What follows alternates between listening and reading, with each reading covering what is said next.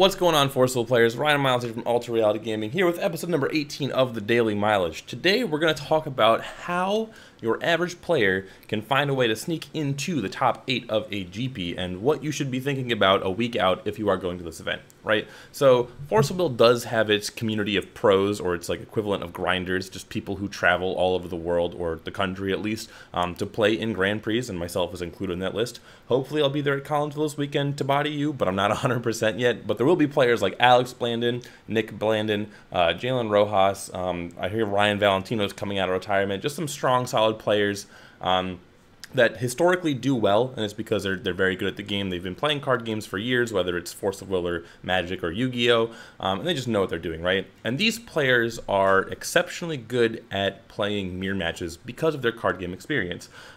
So that's something that you want to avoid if you feel like you might be a less experienced player, and that's kind of what I want to talk about, the results from the ARG last weekend and how it should kind of shape what you're thinking about for the tournament that's coming up, right? So the ARG had 6 of the top 8 was Scheherazade, and the last 2 slots were black, green, white, Fair with like Life Stealing Altar and Final Battle. And the Fair deck is complete garbage. I really don't think you should play it. It just kind of snuck in there because it didn't find Scheherazade matchups throughout the tournament. But like Scheherazade is just the strong deck. It's the tier 1 deck. And the other strong deck that should have topped but didn't strictly because of representation is Kirik. And I've been talking about this stuff for the past couple weeks. Kirik and Scheherazade have consistently been on my radar for like my top decks, and it's just coming to fruition that Scheherazade is just a little bit more powerful, it seems. But that doesn't mean you should ignore Kirik whatsoever. But if you're going into this tournament and you're realistically expecting to earn your invitation to the World Championship in Japan, and you don't grind the game like these players do, right? You don't play every week. Maybe you don't even have a locals, but you still play online when you can, and you still want to go for this prize. Like, I cannot stress enough that it is realistic that you should not play Scheherazade. And the reason for this is, I think that if you do consider yourself a good player and you do find your way to make it into the top 8, like your battle from top 8 to an invite in like first or top 4 is going to be a very difficult one, because you're going to be playing against a more experienced player on the same deck, and mirror matches like live and die on experience, especially if you haven't gone to other GPs last format where we did have a completely dominant Scheherazade meta. If you weren't playing Scheherazade for the last 3 months, like, there are players that have been. These are people that know the Scheherazade matchup in and out, and if you do not fall into that category, I am asking you not to play this deck, because I think that you're going to... It is the strongest deck, do not get me wrong. Like, if you do have the experience on it, feel free to play it, but otherwise, like, it's just not something you should be doing. And so I want to talk about what other options you should be looking at, and just kind of breaking down how you beat the players that do bring Scheherazade and how you catch them off guard. So first, I do want to talk about Kirik. I think that Kirik is a super strong option for if you do feel like you fall in this category of not having played Scheherazade for the past 3 months. And Kirik is just a super strong deck overall, right? We've been talking about it for weeks. Grounder Supremacy is a super good card.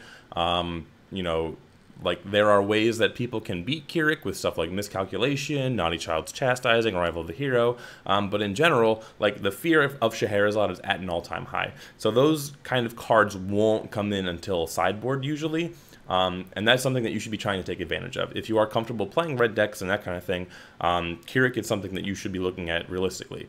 However, you need to tech your deck to beat Scheherazade. There is a very polarizing matchup where Scheherazade is able to use Last Days of the Palace Dragonoid on your turn 1 Ground and Air Supremacy every single time.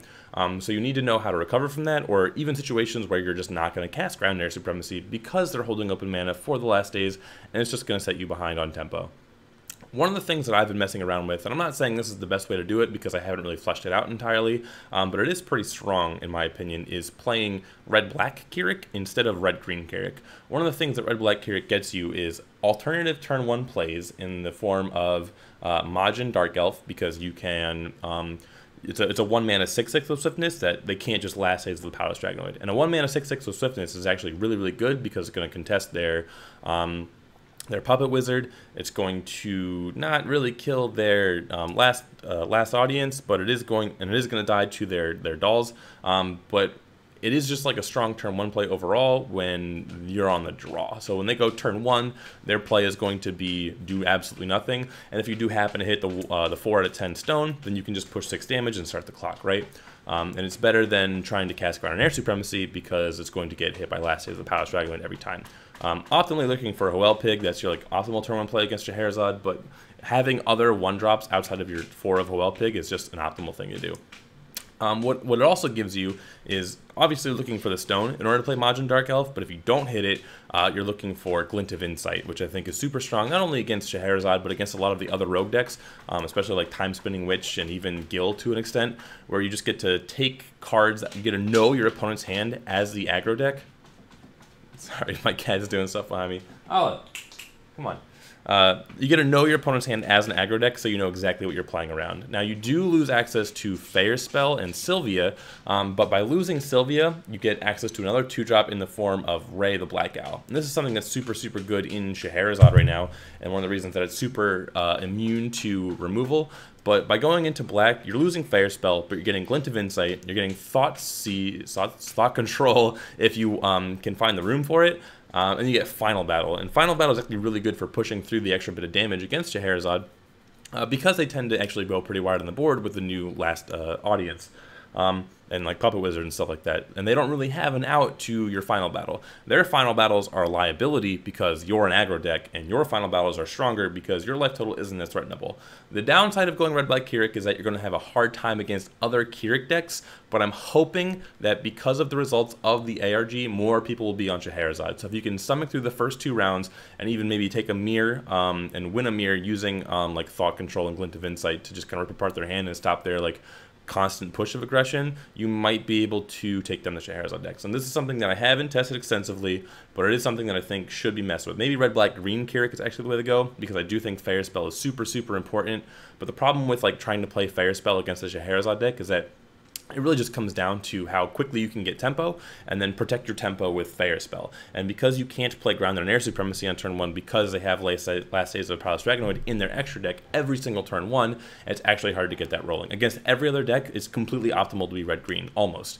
But with red-black, you do get Ray, which is going to cancel the miscalculations and the Naughty Child's Chastising just by having a flipped 0. And a flipped, you know, a 2-mana 8/9 flyer with the ability to make all of your guys untargetable, essentially, is actually super strong.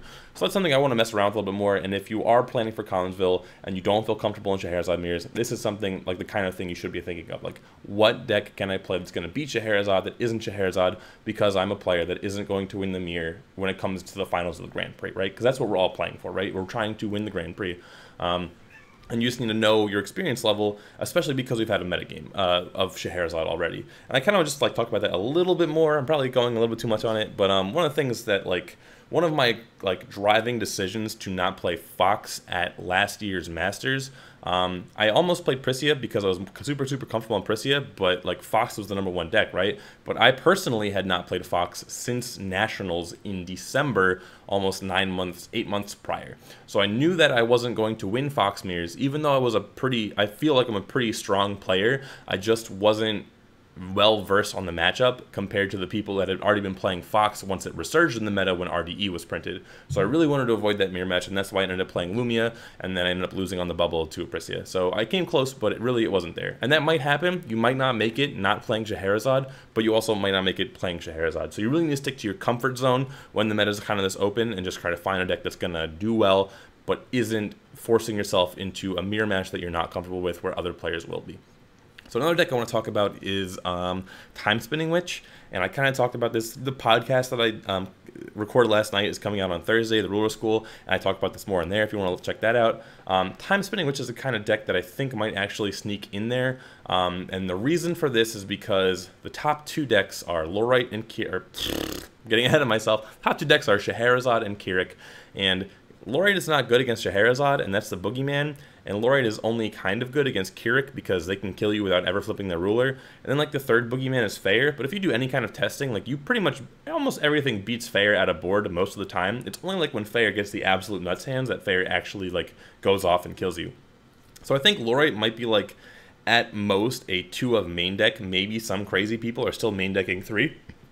But Lorite is pretty much the only card in New Frontiers that's really countering Time Spinning Witch, and because everyone's afraid of Kirik, everyone's afraid of Scheherazade, everyone's afraid of Fair, everyone's afraid of Gil, like everyone's afraid of Aimul maybe, Lumia, that kind of stuff. Like Lorite just isn't a card that you main deck too many copies of, but you bring more in out of board.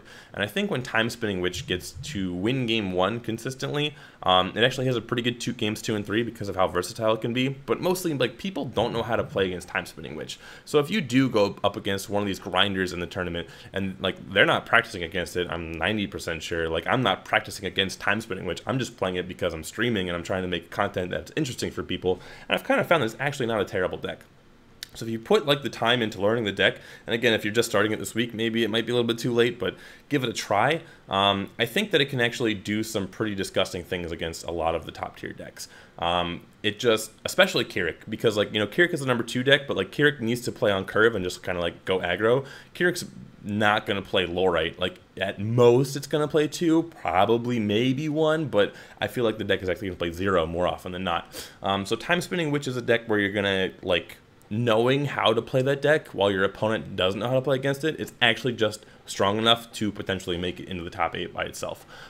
So I would recommend that, like, messing around with it. I have posted like a couple lists on the ARG page and the OTG page when I've been streaming it, and I've even like played some games that you can go and check out.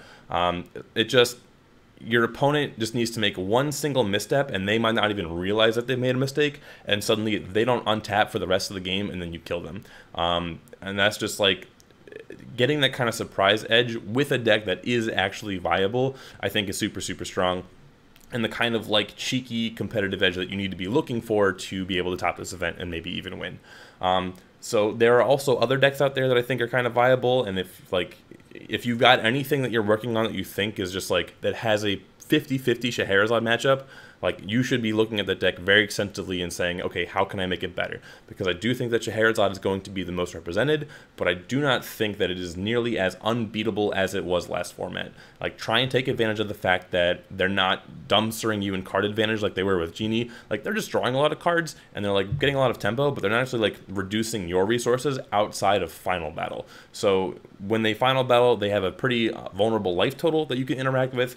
You know that their like, entire engine revolves around a 2-mana 6/6, so like that's exploitable in some matchups.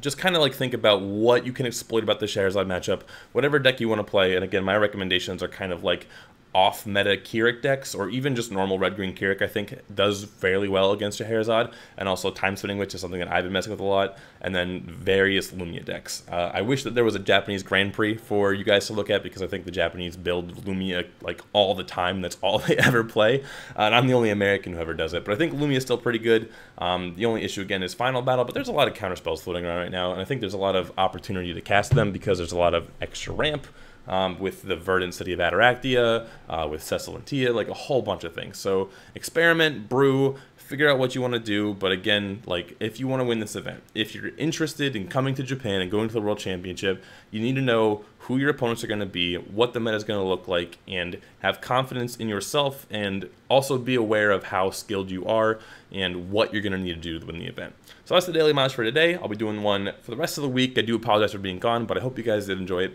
and thanks for watching.